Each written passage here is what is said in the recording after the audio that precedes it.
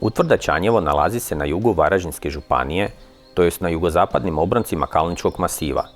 U dogledno vrijeme mogla bi to nakon Pake biti druga, u potpunosti konzervirana i istražena srednjovjekovna utvrda na području sjeverne Hrvatske.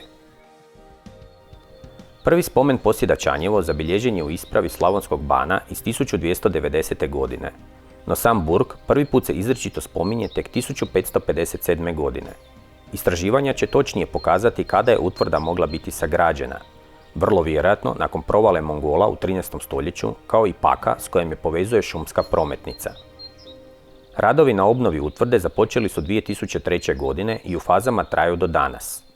Nažalost, rad obližnje kamenoloma nanio je neprocjenjivu štetu ovom burgu, a sama destruktivnost sezala je do probnih bušenja na samom lokalitetu 1997. godine, kada Ministarstvo kulture konačno zabranjuje slične intervencije.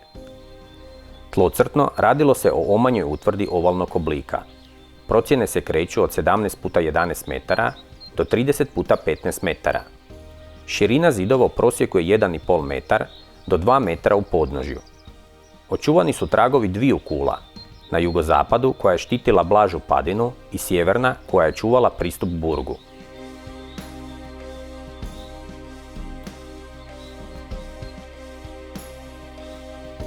Tijekom zenita turske opasnosti, Čanjevo je postalo dio lanca utvrda kojima su se branili ostaci ostataka Hrvatskog kraljevstva, a uspomenu na to čuva udruga Praškocijeve haramije uprizorenjem bitke za Čanjevo svakog listopada, počevši od 2006. godine.